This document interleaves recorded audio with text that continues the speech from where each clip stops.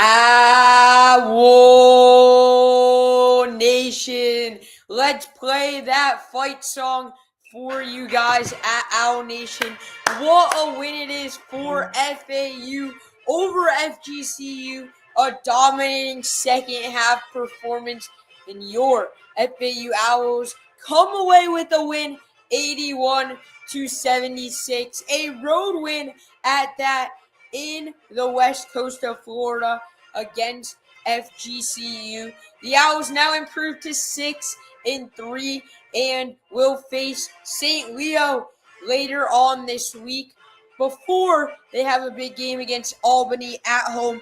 But what a win it is. And man, this was a game in which I thought at halftime we weren't going to pull away with. And with the dominant second half, we were able to overcome those struggles that we had, especially shooting. And at one point in the game, I looked at halftime, we were shooting 34% from the field. At halftime, FGCU was shooting 60%. We ended up shooting over 48% in the second half, 42% from the field, which still isn't good, but we were able to have a much better second half in terms of shooting than in the first half. Rebounds. Man, were rebounds good. We were able to out-rebound them by 10, 33-23 on the rebounding glass. Offensive rebounds. Man, we saw Devin Williams down low be able to grab boards aggressively on offense. Not only was he able to get a lot of boards, he was also able to contest shots and get those blocks that were much needed. But man, Devin Williams was able to crash the glass.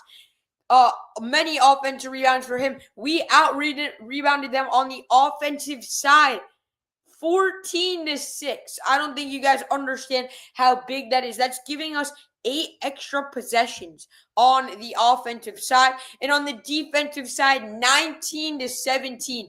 So in every single category, we out-rebounded them, and overall dominating second half that we displayed on ESPN Plus for your Owls. And man, Devin Vanderpool had himself another dominating night. 24 points, 8 rebounds, 2 assists. When you put him in ISO and when he gets to the hoop, he's either going to draw contact, he's going to make sure he gets to the charity stripe and capitalize on those free throws, or he's going to finish at the rim.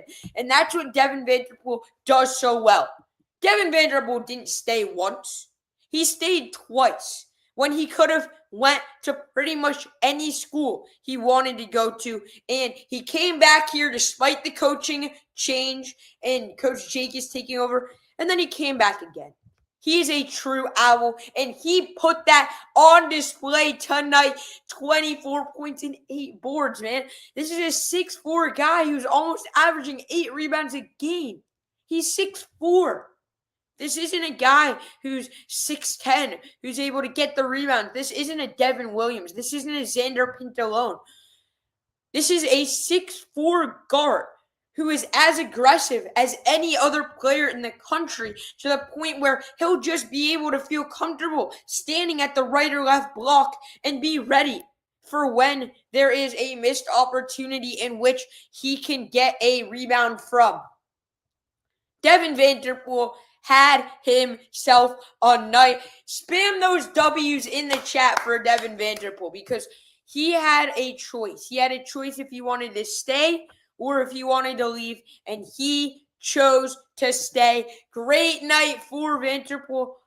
Let's talk a little bit about the freshman of the year preseason, Josiah Parker. And when Josiah got minutes, man, was he awesome down low.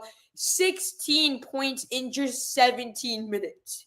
Proving the hype, proving why he's the highest ever commit and recruit that FAU has signed. Great night for him. Why isn't Amar Mku getting more minutes? It's the same thing every single game.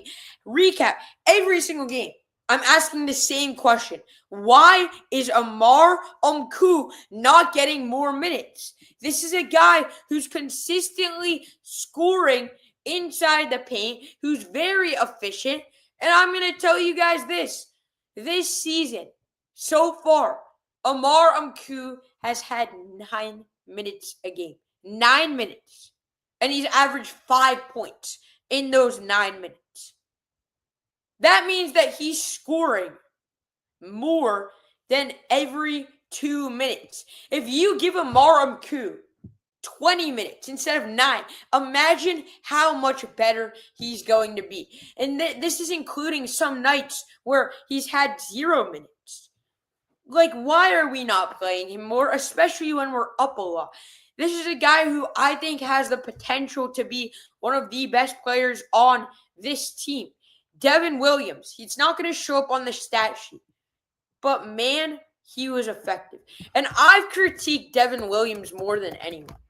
Devin Williams is someone who, isn't the biggest forward. He's a very skinny forward who doesn't have much weight to him. He's a lot lengthier and skinnier than a lot of these other guys who are either guarding him or he's going up against in the post. But he was aggressive, able to get 3 blocks tonight. 3 blocks? Are you kidding me? Let's go. 4 blocks. 4 blocks. Come on, Devin. That's what I'm talking about. 4 blocks. That's what we want to see. And not just that. He's super, super effective on the boards. Now, me personally, I've advocated for putting Maxime Logie or Amar in over Devin Williams in a lot of situations just because, Devin's a lot more skinnier. And when he goes one-on-one in the post, he's going to either get beaten or he's going to either foul. But Devin had a great night tonight, let me tell you that. And a great night overall for the Owls. Wow. And I think, a lot of tonight had to do with the fact that this wasn't our best game. We shot 42%. I don't think you guys understand. 42% is terrible shooting night. And we still won this basketball game while shooting 42% from the field, while shooting 6 for 21 from 3. And we still won. This was one of the worst shooting performances we've had all season. I think this is the 3rd worst we've had. I think the worst shooting performance we had was Liberty. After Liberty, it was George Mason. And after George Mason, it was this one. And we still won. And this wasn't even a game that came down to the very last minute. Yes, it was a tie game with 3 minutes left. But, Nico Moretti's 3, it really iced this game. It really, made sure that with a minute left, we had a very comfortable lead. I believe it was 6 points. They had to continue fouling us. Johan Sissoko was able to capitalize on those very costly free throws. I'm very happy. Let us know what you guys think in the chat box below, because we want to hear your thoughts. So spam what you have in the chat. Brandon McKissick says shot selection and lack of discipline are the main issues for the 2nd year in a row. I agree. I think that when the threes aren't hitting, there's nothing else to spark the offense. But a lot of times we're taking contested threes, not open threes. And I think that's one of the things that needs to change because the shot selection hasn't been perfect. There's been a lot of times where we'll see, Nicolo Moretti or Johan Sissoko pull up from 3 themselves, and I love that they have the confidence, especially Kanan. Kanan Carlisle does this more than anyone, where they'll pull up from 3 and they have the confidence to take that shot, which I love to see that they have the confidence, but it doesn't go in. So thank you for that comment, Brandon. I definitely agree with you. Wyatt says, yeah, no way you're getting an auto bid or an at-large. I mean, maybe if we win out, if we win every game we have the rest of the season, we lose in the championship, they're going to let a 31-4 FAU team get an at-large. So, yeah, I think it's very possible if we lose only 1 or 2 more games. T-Wo says, huge win. How are you feeling at JJ Metafu? I'm feeling so good after this win. And, man, I think the biggest part of this is we didn't play good. We shot 42% from the field, and we still won this basketball game. And that's why I'm smiling so much, because they shoot it better than us. from the field and from three. Okay, they were a lot better in terms of the turnovers margin, 14-11. They had 10 more points than us in the paint. Points in the paint were 40-30. So they kind of dominated down low. They shot way better than us, and we still came away with a victory. So I am feeling so great. Drop your thoughts in the comment section below.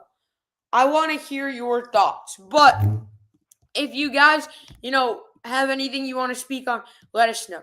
One concern that I have is being able to stop the big guys down low, because that guy JR,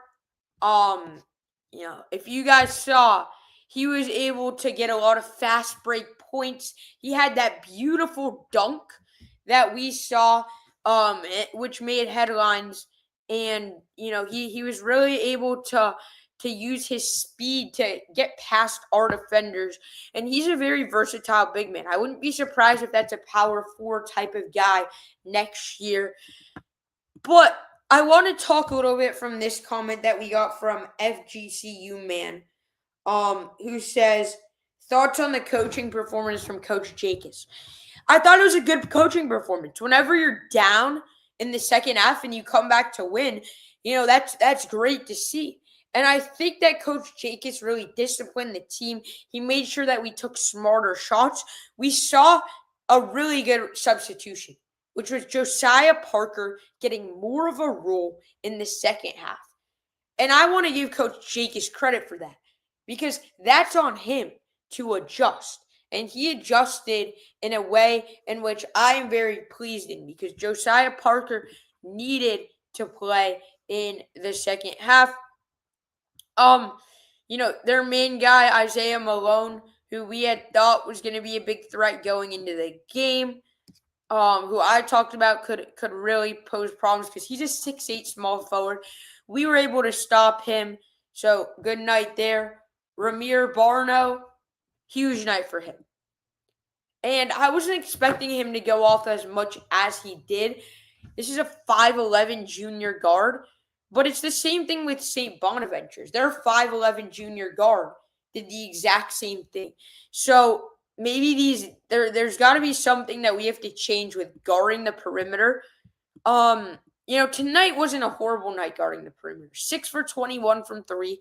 That's 28%. I think Coach Jacobs will be smiling at that. But if we look at some of the other games and some of the other performances, like like St. Bonaventures, they had a great night from 3. They shot over 40% from 3. And that 5'11" guard that they had went off too as well. So I think there's got to be a point in which, we have to be able to stop some of these smaller guards. But yeah, I'm feeling really good overall to answer your question. Coach Jacobs is going to be speaking to the media in just a few minutes, so I'm going to try to join that press conference.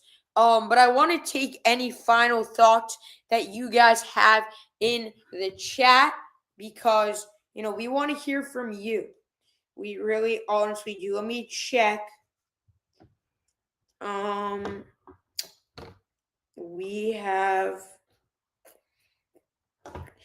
have some thoughts here from AAC Guru. He says, despite the win, FGCU still owns FAU.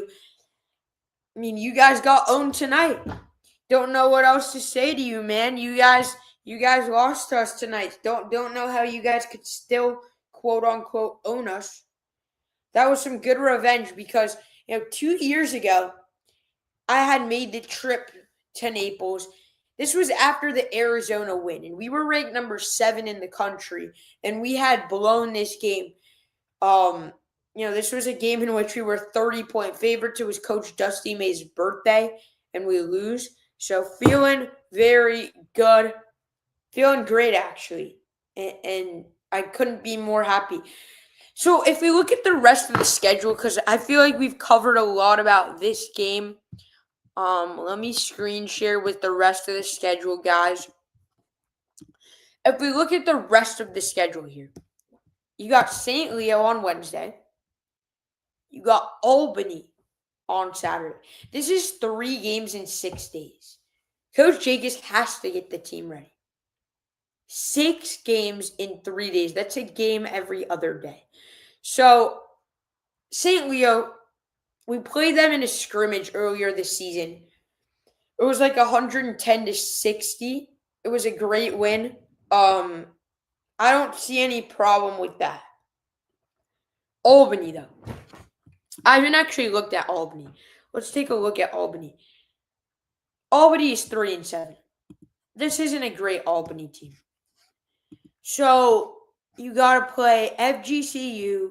You gotta play St. Leo. You gotta play Albany, and then you gotta go 1-1 in these 2 games. St. Mary's is really good. St. Mary's lost to Vanderbilt, but Vanderbilt's top 25. St. Mary's is a really good team. We want them to win. If they win against Boise State, could they be ranked heading into the game against us? Maybe. I know they had votes before the Vanderbilt game. But yeah. I'm feeling really confident with this team. UCF is a really good basketball team too. It's a Big 12 team. So any team that's in the Big 12 is hard to beat. And UCF is 7-1. I still feel like we don't have a marquee win. Like, even if we win out in the non-con, I don't think Coach Jacobs scheduled a conference that is good enough to get us national recognition. When Dusty May was the coach here, we would consistently play UF. We would play Ole Miss. Like, UCF as the biggest name we play. I get it, Coach Jacobs. You're trying to, have a good record. But last year, I know you guys could be like, last year he scheduled a hard schedule. Coach Jacobs didn't make that schedule. Coach May made the schedule for last year because it was already made before Jacobs came in. And last year's schedule, you played Michigan State on it. You played Oklahoma State. You played actual teams that had name. Like, Michigan State was a top 20 team at the time. Seton Hall, we played them last year.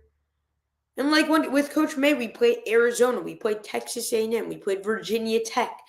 Like, those were games in which we could show that we could play up to competition. And we're just not getting that this year. We're not. But yeah, I'm jumping for joy right now, to be honest, after tonight. Again, if you guys have any more thoughts, feel free to drop them in the comments. All you got to do is drop a thought in the comments. We want to hear from you. We really do want to hear from you guys. But yeah, I'm just so happy after this W. So guys, thank you guys so much. I am going to join the Coach John Jacobs press conference, but I am extremely pleased with the way that we played tonight. I've gained so much confidence in this team after the way we played tonight. And if we can go 2-0 the rest of this week, that means we're heading into St. Mary's 8-3. And I'm just saying, if we go 1-1, St. Mary's and UCF, we finish conference play 9-4. If you showed me this schedule before the year and said 9-4 in non-conference play, I'm taking it 10 times out of 10. But thank you guys so much. We'll see y'all in the next one. Thank you again. And make sure to subscribe. But as always, go out.